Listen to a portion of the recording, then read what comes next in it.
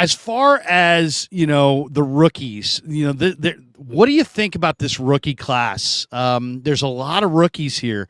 It's amazing. The Niners didn't have a number one or a number two in this last draft, and they still came away with a really impressive draft haul.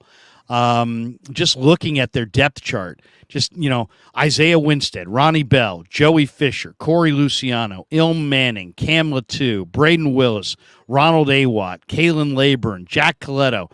Those are the rookies on offense. On defense, Spencer Wagee, Robert Beal Jr., D. Winters, Jalen Graham, Darrell Luter Jr., Jair Brown, their highest pick, their third-round pick, Avery Young, Deshaun Jameson, Jake Moody. A lot of rookie. That's a lot of talent, man, from a rookie class that didn't have a first or second round pick. Give me the rookie or two that you're most eager to see this summer. It's funny because I think one of the guys right now, with everything that's kind of happening with the roster with Darrell Luter Jr. going on PUP, is I'm looking forward to seeing Deshaun Jameson, a guy who wasn't even drafted by the team. He really stood out as the offseason program ran along, especially when we got to minicamp. So I'm really looking forward to seeing where he goes, because now he has an opening to really compete for a roster spot, depending on how long Luter is out. So I'm really looking forward to seeing what he brings, because again, I thought he was impressive during minicamp, especially. You always saw him around the football. So I'm really excited to see what he can do. Another one, Ronnie Bell. I want to see what Ronnie Bell can do, because Bell is a guy who he showed out really good in the beginning, and then he kind of faded away a little bit as we got towards the end. And then you've got the two tight ends, Cam Latu and Braden Willis, and where do they fit in with this, especially with the veterans on this roster? I think Charlie Warner and Ross Dwelly, they're fighting with those two for the number 2 and 3 spots on the depth chart. So again, on the offensive side, I think those are the names I'm paying attention to the most. And then you get over the defensive side, and I already talked about Deshaun Jameson, but Jalen Graham was a guy that I thought looked really good. D. Winters as well. So some really good stuff there. Spencer Wagee has looked good at times. I'm really interested too to see what happens here with Jair Brown, because that was the top pick. They traded up to get him. Where is he going to fit in? How does that whole thing play out? I've had a lot of people asking me, do I think that he's going to take the job away from at safety? From Tayshaun Gibson. Yeah, from Tayshaun Gibson. And I don't know if I think that's going to happen, but I'm looking forward to seeing his progression. I want to see him with pads on. I want to see him. I know they don't tackle all the way to the ground, but I kind of want to see him in that environment, because we haven't had a chance to really see him make a play yet. And so I'm hoping that we get that comes out as we go through training camp. And then last but not least, the kicker. Right, Moody. You look at that one, and that's a pick that a lot of people were panning because it was a kicker in the third round. But I think once people actually see this guy, especially those that are at training camp and get a chance to see how powerful that leg is, we might see some people changing their opinions of him.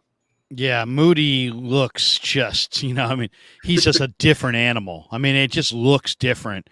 We've been covering the team long enough to know, and seen enough kickers to know, what good, average, and great leg strength looks like, and this guy may be even greater than any of those categories. He's got exceptional leg strength. Undeniable power. Now, if you don't make it, who cares? Nobody ever said, "Hey, did you see he missed?" Yeah, he missed, but man, did you see how far it went? Nobody really cares about that. Right. But the leg strength is undeniable, and his nickname's Money. I think it's unfair to think he'll be as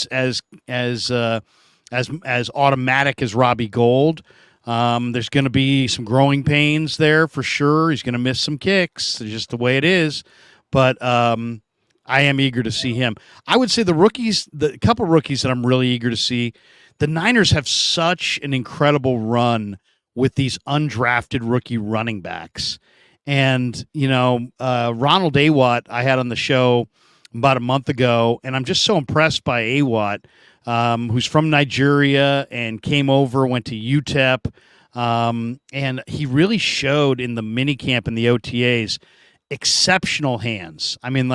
This guy can catch the ball so naturally that it's like, wow, you look at it and you're like, that's what jumped out to me. It's like, I've seen bigger backs, I've seen faster backs, I've seen shiftier backs, but this guy's got hands that he makes the catches look so relatively easy that I just think that he might be a real receiving weapon. And then Kalen Laburn can catch the ball in his own right, but he's also 5'9", 210 probably in that range. So he's super compact. He was a 5-star guy coming out of high school, went to Florida State, got his degree at Florida State, then transferred to Marshall. He had a season last year where he carried over 300 times. I'm a big college football fan. I watched Marshall Notre Dame in South Bend. Marshall beat the Golden Domers in their backyard, and Laburn was probably the number one reason for it. And if you look at how many times he carried last year, he is the definition of a bell cow back. And then when I watched him in camp, granted, it's shoulder pads and there's not a lot of hitting, but this guy's going to run through arm tackles. He can catch the ball. He's really shifty. He's got great lower body power in his legs. So I'm really eager to see those two running backs. I also think Braden Willis might make an early impact. I think Ronnie Bell might win a roster spot maybe even over Jawan Jennings. And then Jalen Graham really jumped out to me. Deshaun Jameson and Wagee as well. But the two guys I really can't wait to see because of the Niner track record are those backs. And, there's not really a roster spot for either Awatt or Laburn.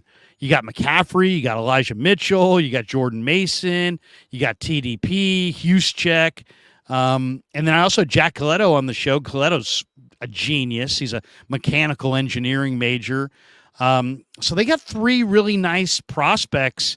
Juszczyk's a Pro Bowler, an All-Pro player. They got a nice little backup fullback behind him, and they got four good running backs and then two undrafted guys that I think both showed something. So, you got to give Peters and Lynch and the Niners scouts some credit. Lynch talks about it after the draft. He's like, yeah, the guys are upstairs right now trying to get some of these undrafted guys that we like signed. But in doing some of these interviews with Spencer Wagee and Coletto and Ronald Awatt, it was pretty clear to me that one of the reasons the Niners do so well in the undrafted free agent market is that they keep track of and keep in contact with guys that they really, really covet that are going to be day 3 picks. And then, they keep in contact with them during the draft. I'm not saying other teams don't, because they do.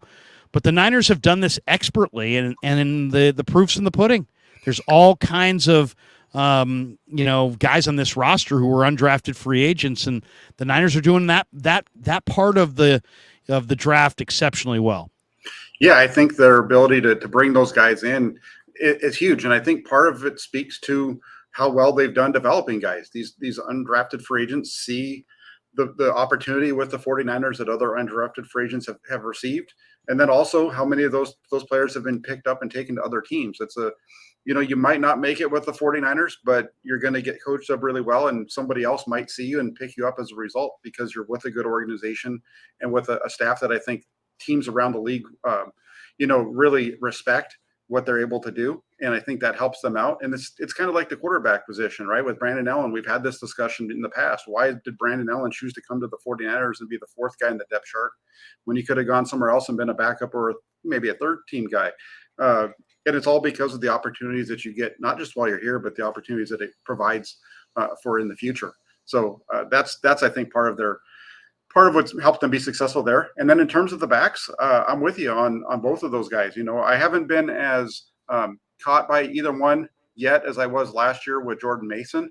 But I also think Jordan Mason's one of those guys who's going to be, I think he has the opportunity to be a breakout player for the 49ers here in 2023. So we'll see. I think when it comes to the running back spot, it's Ty Davis Price. That's the question mark. Is Ty Davis Price going to step up to a point where he proves that he deserves a spot on this roster, or is one of these two guys going to come up and knock him off, kind of like what we saw last year when they cut the running back last year and he ended up in Philadelphia? So we'll see.